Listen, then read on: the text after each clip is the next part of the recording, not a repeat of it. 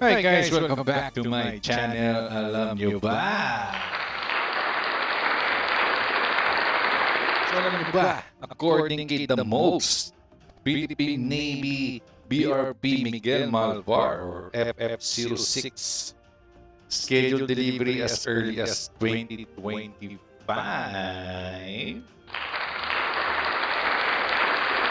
Ang ganda ng balita yan nga. Pa-deliver na palapit na mapasa atin na ang Miguel Malvar at mapasama na siya sa fleet natin, di ba? Di ba kayo excited yun? Di ba na-excite guys? O na-excite? Dahil ngayon nga, magandang balita to. So, according to Kate the most. So, huwag niyo pong kalimutan mag-subscribe po sa kanya. At hit niyo po yung notification bell at i-like po yung video na to. Yung video niya, syempre. At video na rin po na ito. So, ilalagay ko po mamaya sa description down below yung kanyang full video and kanyang YouTube channel. So, simulan na natin.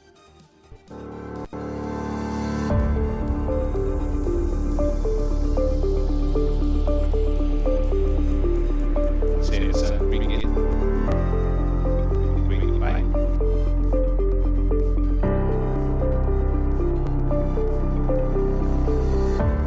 Korean defense is expanding globally and becoming a dominant force. And at the heart of this growth is the export of Korean naval ships. Korea has exported over 40 naval vessels so far, with HD Hyundai Heavy Industries accounting for 18 of those, holding the record for the most exports. 40, 18. Hindi ko kasi alam, di ba? Parang alam kasi natin Hanwha saka Hyundai. So, marami talagang mga shipbuilder sa South Korea. Kaya ngayon, siguro pati ibang bansa kumukuha na rin sa kanila dahil tayo kumukuha na rin sa kanila. Kasi, dahil delikad, maganda ang kanilang mga barko. Kaya, siguro yun, marami sumusuporta rin. At maraming nahihinganyo ng paggawa din ng mga naval ship sa South Korea. Additionally, over the next 10 years, around 1,100 new orders for naval vessels amounting to approximately 113 trillion Korean won or $85 billion are expected, making it a significant blue ocean for Korea, a shipbuilding Grabe, no? Dami, 1,000 plus. $85 billion. Kikitain. In 10 years, naman, if I'm not mistaken, tama yung pagkakatinig ko. Grabe yun, di ba? Sana maging ganun din ng Pilipinas. Kasi para malaking tulong sa yan, sa ekonomiya natin yan. Na marunong tayong gumawa ng mga ganyan. Na maraming shipbuilder dito. Na magpapagawa ng mga barko lalo na sa ibang bansa. Kaya swerte din ng South Korea. Swerte din natin kasi at least yun. Mas malapit sa atin yung South Korea. At mas mapapabilis ang mga delivery nila kasi malapit na tayo. Sa kalyado natin sila. Powerhouse. This marks a turning point for the Special Ship Business Unit, as they establish regional bases in the Pan-Pacific Belt and Eurasia to expand into the global market. The business unit is targeting the naval markets of Australia, Poland, and Saudi Arabia, following the Philippines and Peru. In the last report on a South Korean news channel, Korea Business News, he showed the situation within HHI, or the Hyundai Heavy Industries, the progress in the construction of ships. And one of the things that aroused his attention is the second patrol vessels of the Philippines that are under construction. Let's watch this video. Behind me in the dock, the second patrol vessel for the Philippine Navy is currently under construction. At present, only smaller vessels, like patrol ships, are being exported. However, by the 2030s, once key components and equipment are fully localized, larger vessels, such as the King Jongjo-class destroyers, could also be exported. This shift is aimed at increasing the share of exports in their business model. In the video that was shown, we saw the progress of the second Malvar class, which is currently under construction. A rapid phasing of the earlier Malvar class was launched recently. Going na. At nakikita na natin yung progress ng ating second Malvar class, yung Diego Sina, di ba? Sheesh! And it is expected to be delivered next year.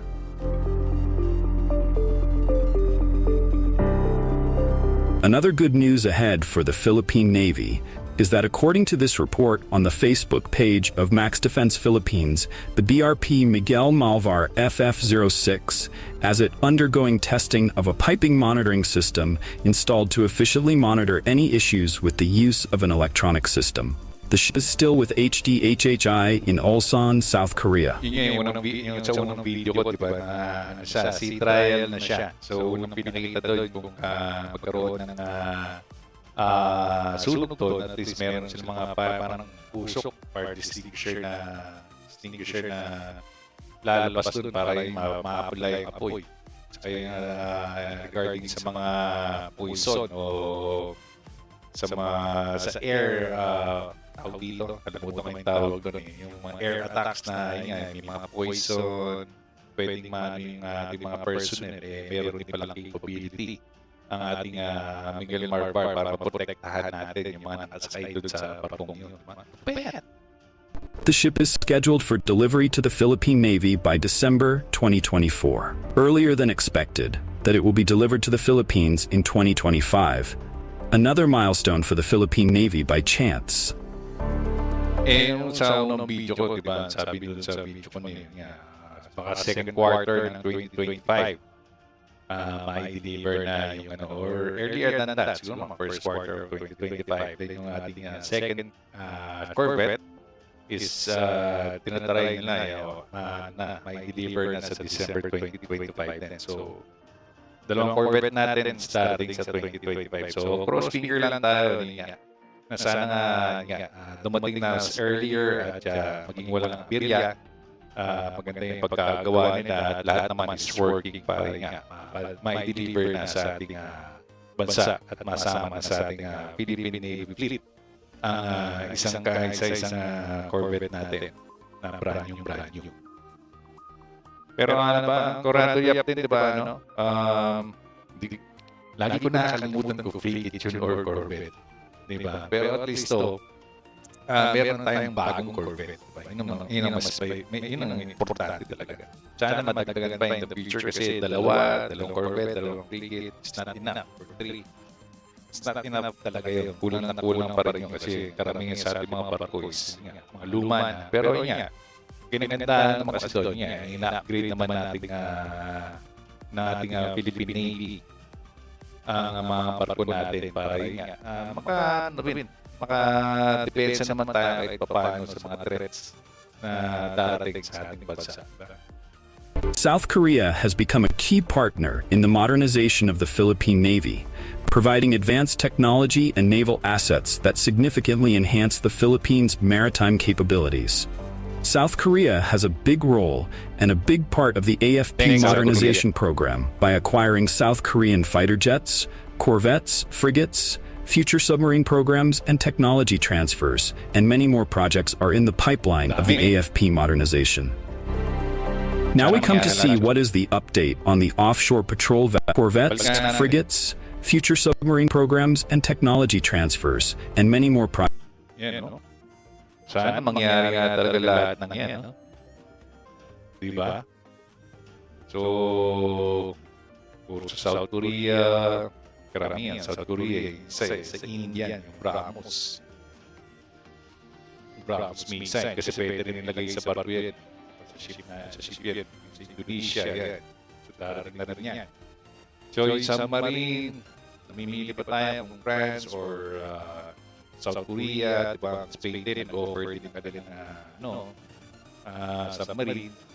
Dati kasi ang inaay natin yung submarine ng Russia. Pero, tinanggal na yun kasi nga dahil na may ties tayo sa Amerika. So, ayaw na bumibili tayo sa, siguro, hindi siyempre kalaban ng bansa.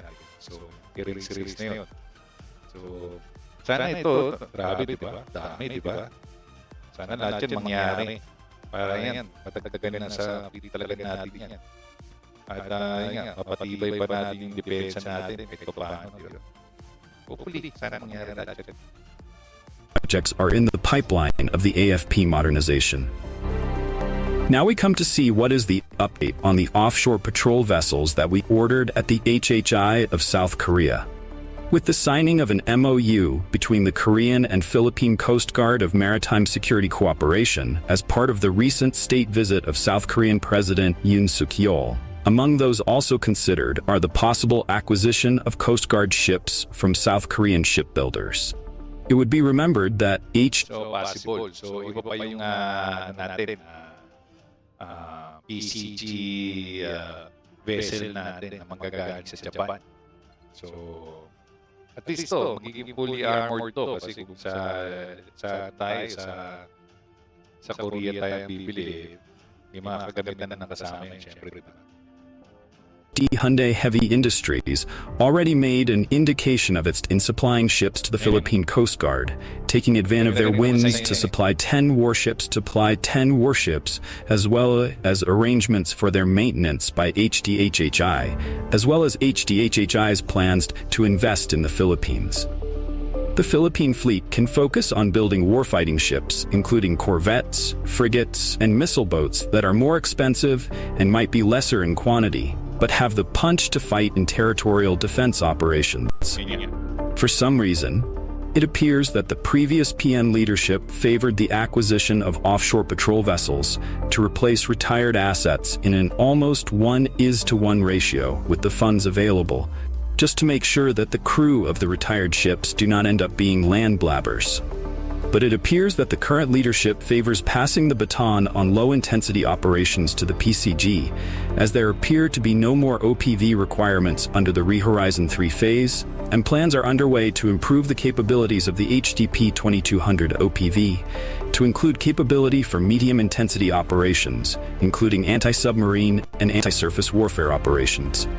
In addition, the PCG is now aiming to have several new offshore patrol vessels, dozens of fast patrol crafts, and hundreds of inshore boats that can be used for low-intensity operations.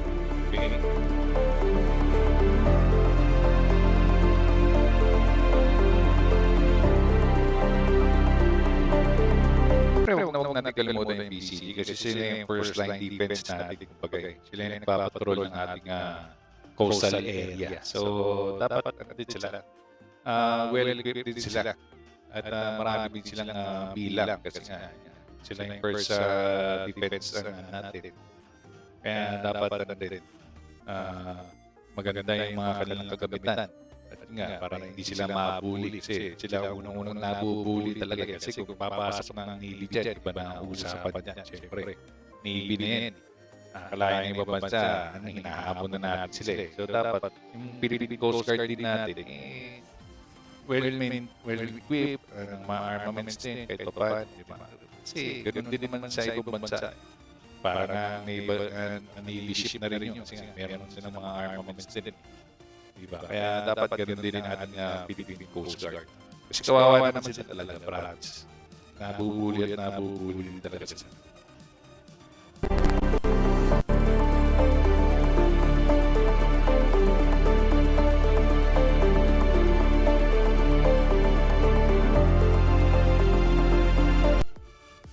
So, yun. Siguro tapos na itong video ni Damos kasi hindi na siya nagsasalita. Hindi naman natin natatapusin niya. Hindi na siya nagsasalita. So, yun. So, at least, gaya sabi sa unang video, at least, andyan na. Hintayin na lang natin talaga. Na wala maging problema at tuloy-tuloy ang trial sa kanya at maging maayos ang lahat. Para may-deliver na at magamit na natin.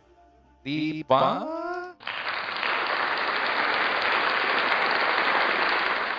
So, sa lahat ng mga plano ng ating Department of National Defense, sana mangyari.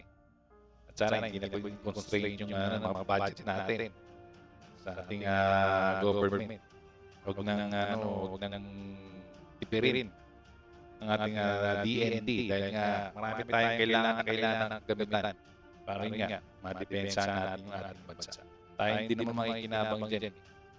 Diba? Basta will maintain lang yan, tagal pa mga buhay ng mga yan. Hindi masasayang yung pagbili natin dyan. Kasi kailangan din talaga natin yan. Hindi porket tahimik ang lahat. Pero ngayon, hindi na tahimik dahil nga nauuso na naman ang giyera ngayon. ay sa mga susunod na buwan o ano taon magka-World War III na. So, kailangan maging handa rin tayo sa mga mangyayari. Diba? Hindi lang tayo yung